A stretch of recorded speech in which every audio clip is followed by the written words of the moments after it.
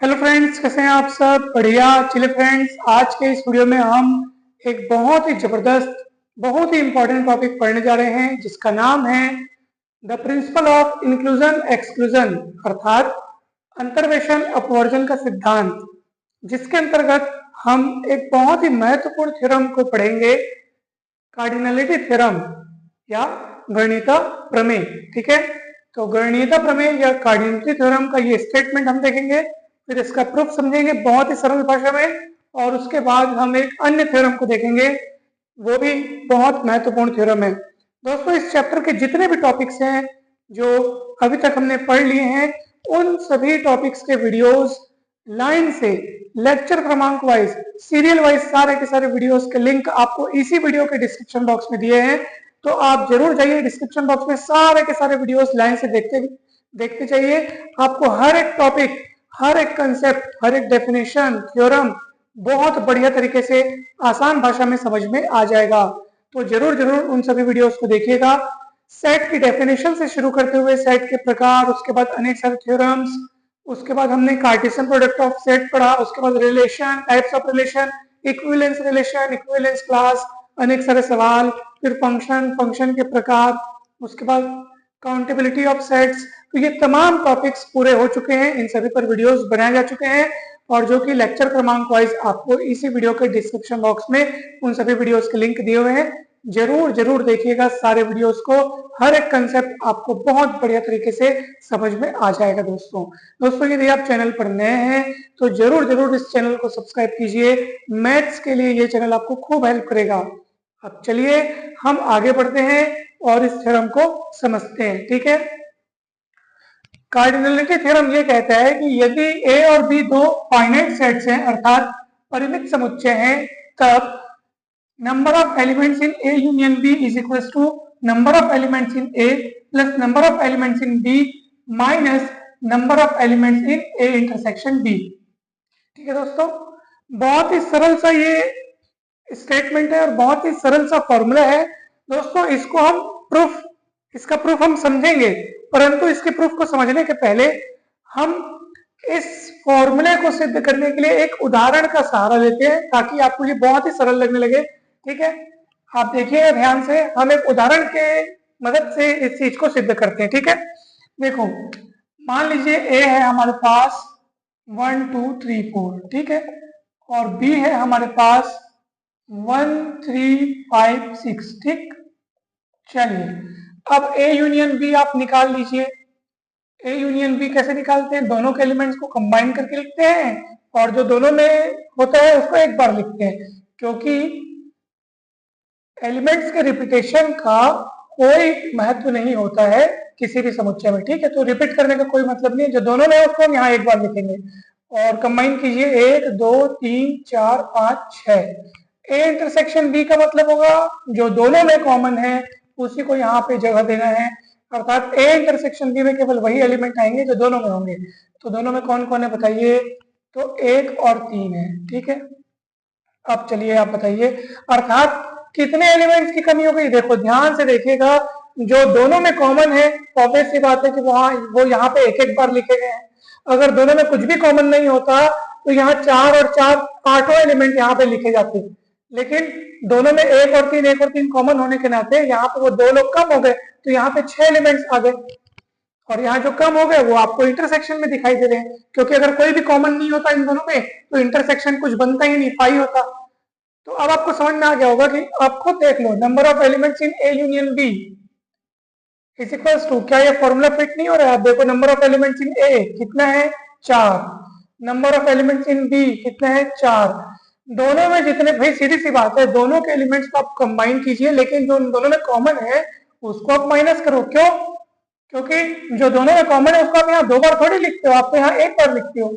1 1 2 बार है, यहाँ आया 1 बार, 3 3 2 बार, यहाँ आया 1 बार। तो कुल मिला के हम, आप देखो कि इंटरसेक्शन जो दोनों में कॉमन है, ठीक है, मैं इसी फॉर्मूले को देखते हुए यहाँ पे वैल्यू रखा हूँ। देखो number of elements in A union B अगर आपको निकालना है तो number of elements in A यानी 4, number of elements in B वो भी 4 है, number of elements in A intersection B जो कि कितना है? 2 है, क्योंकि दोनों में 2 एलिमेंट कॉमन है। कितना है आप बताइए? 4 4 8 में दोगे 6 और देख लो इसमें 6 एलिमेंट है। यानी उदाहरण के तौर पे ये तो ऐसे ही सत्यापित हो गया।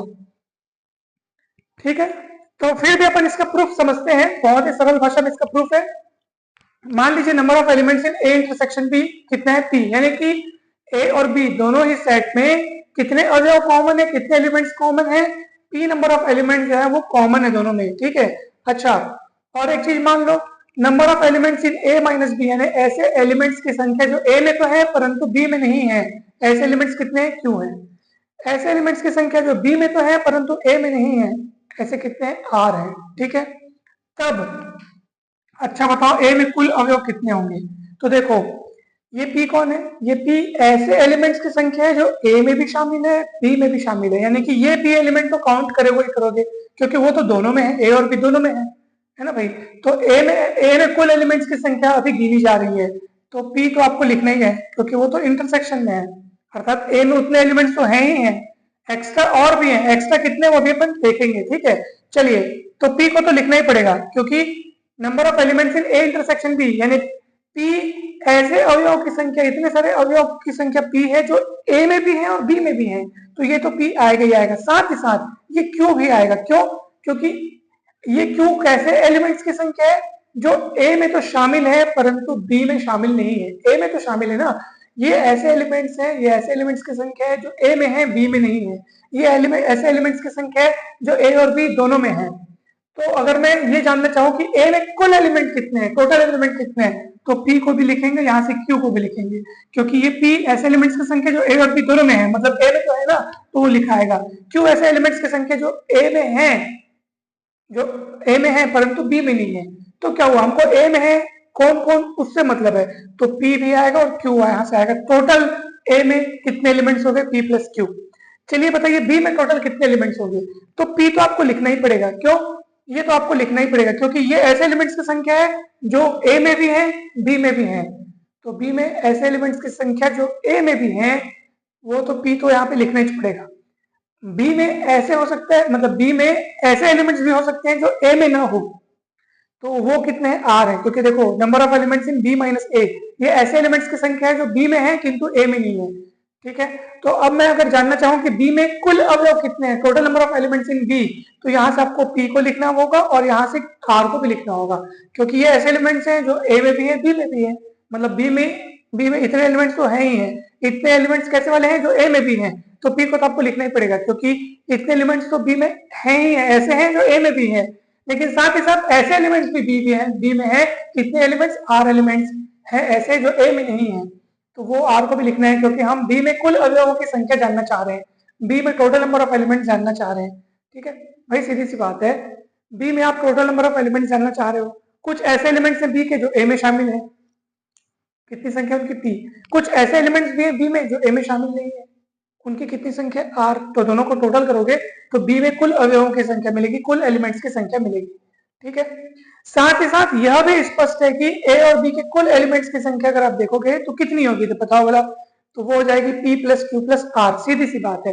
अब आप बोलोगे सर ये कैसे हुआ, तो भैया पी एलिमेंट तो दोनों में कॉमन है ना, तो जब यूनियन आप बनाएंगे तो यूनियन में अपन क्या करते हैं, यूनियन में दोनों सेट के एलिमेंट्स को कंबाइन करके लिखते हैं, लेकिन जो दोनों में कॉमन होता है उसको तो हम एक बार लिखते हैं ना, तो पी नंबर ऑफ एलिमेंट्स दोनों में कॉमन है, ठीक है, तो उसको दो बार थोड़े लिखेंगे, हम तो यूनियन बनाते समय उसको एक बार लिखते हैं, तो पी लिखना है।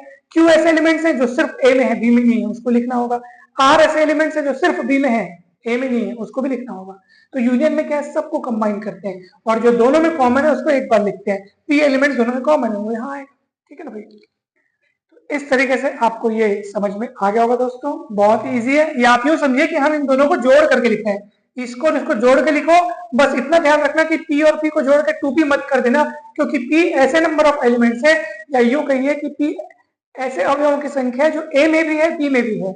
तो जब यूनियन बनाओगे तो हम दोनों सेट्स के एलिमेंट्स को जब कंबाइन करते हैं तो जो एलिमेंट्स दोनों में कॉमन हो उसको हम दो बार नहीं लिखते, उसको लिखते तो हम एक ही बार है, इसलिए यहाँ पे आपको सिर्फ पी लिखना है। ठीक है, चलिए अब देखो, अतः number of elements in A union B कितना है, P plus Q plus R. ठीक है, यहाँ पे क्या कीजिए दोस्तों, यहाँ पे आप ना देखो, ये पी प्लस क्यू, तो पी प्लस क्यू मैंने लिखा है, ये आर है, तो मैंने क्या किया, यहाँ पे पी जोड़ा और पी घटा दिया, ताकि इस p प्लस क्यू को हम लिख सकें नंबर ऑफ एलिमेंट्स इन ए, इस p प्लस आर को लिख सकें, p प्लस आर को लिख सकें number of elements in B, यानी इसी को आप कार्डिनलिटी बोल सकते हैं। ये ए की कार्डिनलिटी हो गई, ए की कार्डिनलिटी p प्लस क्यू हो गई, बी की कार्डिनलिटी कितनी हो गई, बी की कार्डिनलिटी p प्लस आर। ये देखो ये p प्लस आर को हमने n ऑफ p यानी कि number of elements in b या कार्डिनलिटी ऑफ b ऐसे करके लिख दिया, ठीक। माइनस p, ये माइनस p कौन है, cardinality of a intersection b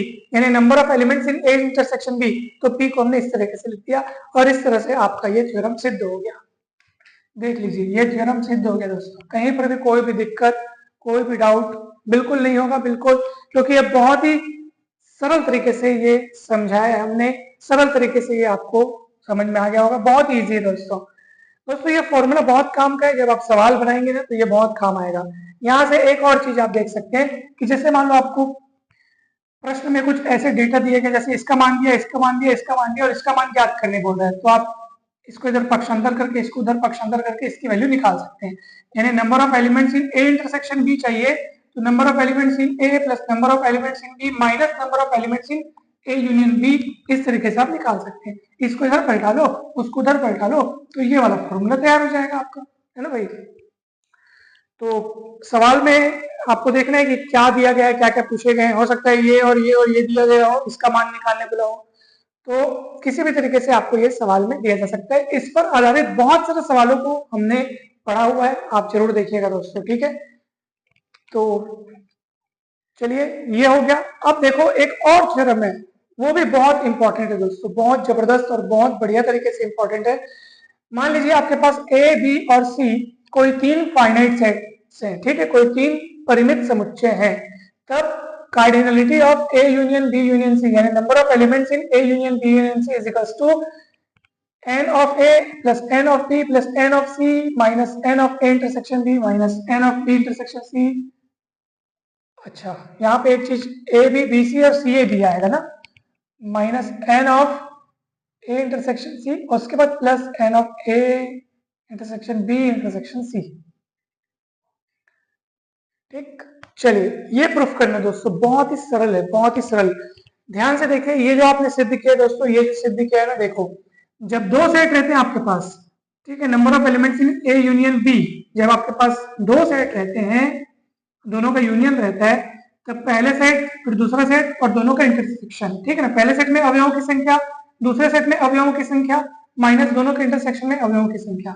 अब यही फॉर्मूला हमको लगाना है A union B union C के लिए। कैसे लगाएंगे, ध्यान से देखो, देखो कंपेयर करो, ए की जगह ए को ही देखो, ए की जगह ए को ही देखो और बी की जगह आप देख लो बी यूनियन सी को। इसको मनी मन थोड़ा सा आप थोड़ी देर के लिए बी मान लो। अब आप बताओ, जैसे आप ए यूनियन बी के लिए ये वाला फॉर्मूला अभी आप सिद्ध किए हो, उस हिसाब से इसके लिए फॉर्मूला कैसे तैयार करोगे। तो देखो यहाँ क्या होता है, number of elements in A, ये number of elements in A हो गया, प्लस फिर क्या लिखते हो, number of elements in B यानी दूसरा वाले सेट को लिखते हो, दूसरा वाले के रूप में आप बी यूनियन सी को देखो, तो number of elements in B union C, ठीक है, बहुत इजी है दोस्तों। फिर माइनस करके आप इन दोनों का इंटरसेक्शन लेते हो, ए और बी का इंटरसेक्शन लेते हो, यहाँ पे आप इनका और इनका इंटरसेक्शन लेंगे, बी के रूप में आप बी यूनियन सी को देखो, तो ये देखो ए इंटरसेक्शन और ये बी के रूप में आपने इसको देखा हुआ है बी यूनियन सी को, इस तरीके से, ठीक है, आपको इजीली समझ में आ रहा होगा। चलिए अब देखिए ये कार्डिनलिटी ऑफ ए, दोस्तों कार्डिनलिटी ऑफ ए मतलब नंबर ऑफ एलिमेंट्स इन ए, ठीक है, इसलिए हम उसको कार्डिनलिटी भी कह रहे हैं या उसी को हम नंबर ऑफ एलिमेंट्स इन ए ऐसा भी कह सकते हैं, ठीक है। तो ये हो गया नंबर ऑफ एलिमेंट्स इन ए। अच्छा फिर से इसको देखो, इसमें फिर से यही वाला फॉर्मूला लगाओ, देखो जैसे ए यूनियन बी रहता है ना भाई, number of elements in A union B यानी number of elements in A number of elements in B minus number of elements in A intersection B, बस इसी ए और बी की जगह आपको अब बी और सी दिखाई दे रहा है, हूबहू वही वाला फॉर्मूला लगाइए, तो इसका इसके जगह पे आप लिख सकते हैं number of elements in B number of elements in C minus number of elements in B intersection C. तो ये जो पूरा यहाँ से यहाँ तक तैयार हुआ है ना, वो इसके बदले में आपने लिखा है इस फॉर्मूले की मदद से, और ये माइनस करके फिर ये माइनस, उसके बाद आपने यहाँ पे डिस्ट्रीब्यूट किया है ए इंटरसेक्शन बी, फिर ये जो यूनियन है वो बीच में आएगा, फिर ए इंटरसेक्शन सी, इस तरीके से हो जाएगा, ठीक, कहीं भी कोई डाउट नहीं है। चलिए अब आगे बढ़ते हैं। अब यही फॉर्मूला आपको इसके लिए लगाना है, देखो मन ही मन इसको आप थोड़ी देर के लिए इसको मनी मन ए सोचो और इसको थोड़ी देर के लिए बी सोचो, ठीक है। और इसी फॉर्मूले को अब आप यहाँ पे अप्लाई करो। तो जैसे ए और बी रहता है तो A B, A intersection B, अभी ए के स्थान पर इसको देखो, बी के स्थान पर इसको देखो और लगाइए वो फॉर्मूला। अब बताइए क्या होगा। तो ये हो जाएगा दोस्तों, ये माइनस के कारण ना आगे के सारे चिन्ह चेंज हो गए, ठीक है। तो ये माइनस के कारण देखो सबसे पहले क्या आएगा, जैसे यहाँ पे क्या आता है number of elements in A, तो यहाँ पे आएगा number of elements in A intersection B, है ना भाई। फिर क्या आता है, देखो ये प्लस प्लस में है और ये माइनस में, ये देखो ये दोनों प्लस में ये माइनस में, परंतु ये माइनस होने के नाते यहाँ चिन्ह बदल गए, ये दोनों माइनस में होगा और ये वाला प्लस में हो गया, ठीक है। फिर क्या आएगा, देखो number of elements in A intersection C, फिर प्लस इन दोनों का क्या होता है इंटरसेक्शन, जैसे यहाँ पे ए और बी का इंटरसेक्शन है वैसे ही अभी इन दोनों का इंटरसेक्शन आएगा, देखो इस तरह से। अब आप इसको अरेंज करके लिख लो, number of elements in A plus number of elements in B, number of elements in C. फिर आप देखो यहाँ पे पहले इसको लिख लिया मैं, number of elements in A intersection B वाले को पहले लिख लिया, फिर बी और सी वाले को बाद में लिख लिया, फिर ए और सी वाले को लिख लिया, ताकि क्रम बना रहे, ए बी बी सी सी ए, इस तरीके से इसका क्रम बना रहे।